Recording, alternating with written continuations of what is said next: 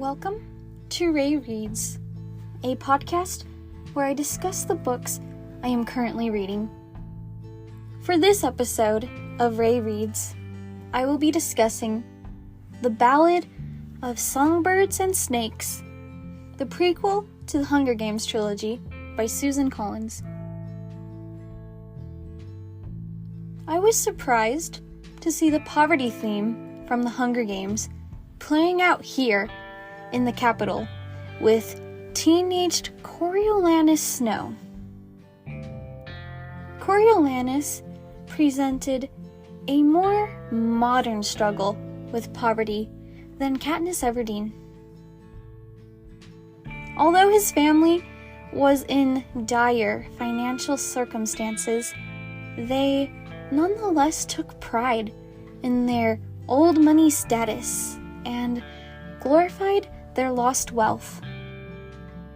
This led to Coriolanus' hatred of Sejanus Plinth, the very symbol of new money promoted from District 2. Sejanus was the best character. It is a shame that his only friend, Coriolanus, used and betrayed him. Que lástima. Sejanus is as selfless as Coriolanus is selfish. Despite having been shunned by Marcus, his former classmate and now District 2 tribute in the Hunger Games, Sejanus obviously cared for Marcus. He raged against the cruelty of the games and rebelled in whatever ways he could.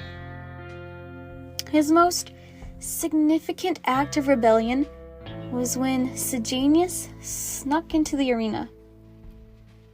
I love how the Hunger Games trilogy's bread symbol makes a reappearance here. Sejanus honored his fellow District 2 citizen with their proper funerary rite of spreading breadcrumbs over the body. It is neat that this story runs with the other half of Panem et Circenses, or bread and circuses, the capital's motto. The districts provided the capital with their food and the best form of entertainment. I was very intrigued by the evolution of the Hunger Games and how it became the great spectacle from the original books. I have to admit, though, that the circus symbolism was too heavy-handed in this book. There really was not any subtlety about it, and the whole time I felt like I was being beaten over the head with it. I mean, when the tributes were first transported into the capital, Coriolanus' very first impression was that the vehicle reminded him of the circus. The tributes were all treated like animals who existed merely for the sake of entertainment. And as if that implication was not clear enough, the tributes were caged in the monkey enclosure at the zoo. Then, when a bomb exploded during the tour of the arena, while the mentors received care from doctors, the tributes were subjected to rely on a veterinarian, and no one questioned it. And then Lucy Gray embodied the circus with her rainbow dress and showmanship. The entire title, The Ballad of Songbirds and Snakes, refers to Lucy Gray. This is more than simply her affection for snakes and mockingjays. Lucy Gray was the songbird who stole the hearts of all who listened. She was also the snake, dangerous and cunning. Lucy Gray is an interesting character, and it would have been nice to see her outside of the lens of the love interest role. Interactions with Lucy Gray were rather limited. I would have enjoyed having at least a few chapters from her perspective. I was intrigued when this book was first announced because I would have never expected to receive a story about an 18-year-old President Snow. Snow had a rather minor part in the original trilogy. There were only a few scenes that he actively participated in then. In this sequel, I was fascinated by his character. He was not a very good person, to say the least. Coriolanus manipulated his way through obstacles without any regard for how others can be hurt. Clemencia was one example of this.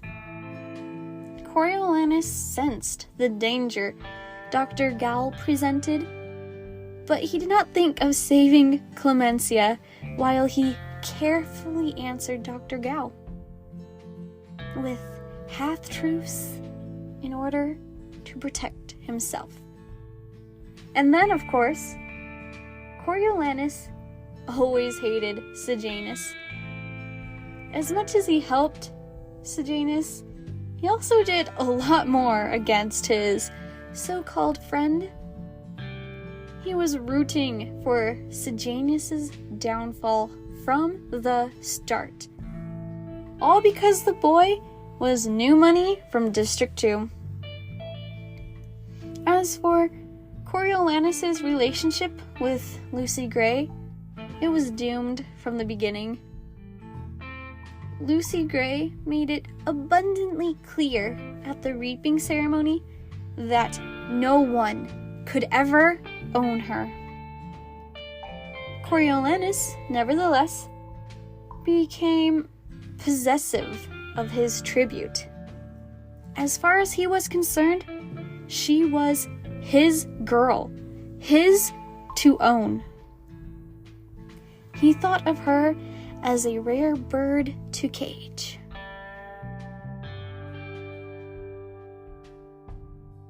It was also interesting to meet Tigress as a young woman. I still have so many questions about her and how she ended up where she was in Mockingjay. When and why did she change? She was a sweet girl in this book, despite her hardships. Tigress had become the head of the remaining Snow family at the age of 8. Coriolanus was pretty much the only family she had left.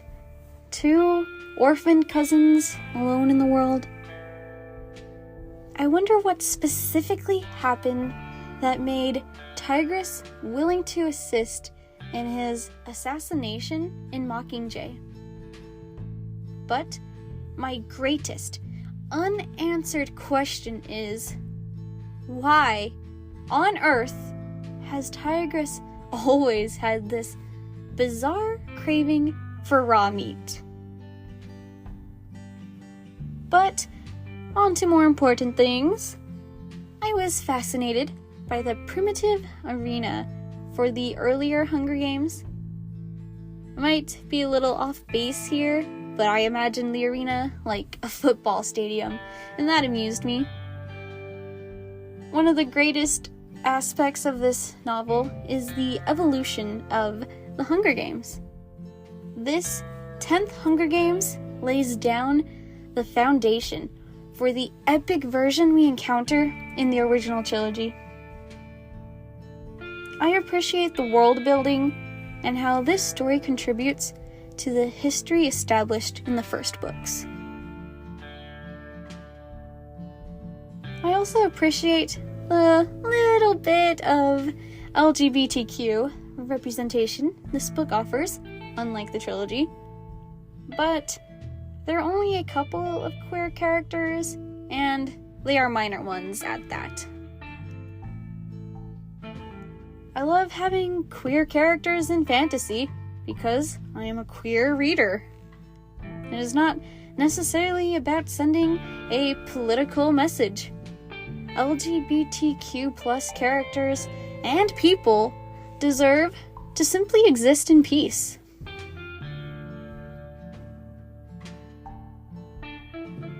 After reading this novel, I think that everyone has both a snake and a songbird within themselves. I was enthralled by this story and all of its complex characters. When it comes to rereading or suggesting the series to a new reader, I don't know if it would make more sense to read The Ballad of Songbirds and Snakes first, or the Hunger Games trilogy. I have always started with the Hunger Games, but I think it would be a different experience to read the prequel first.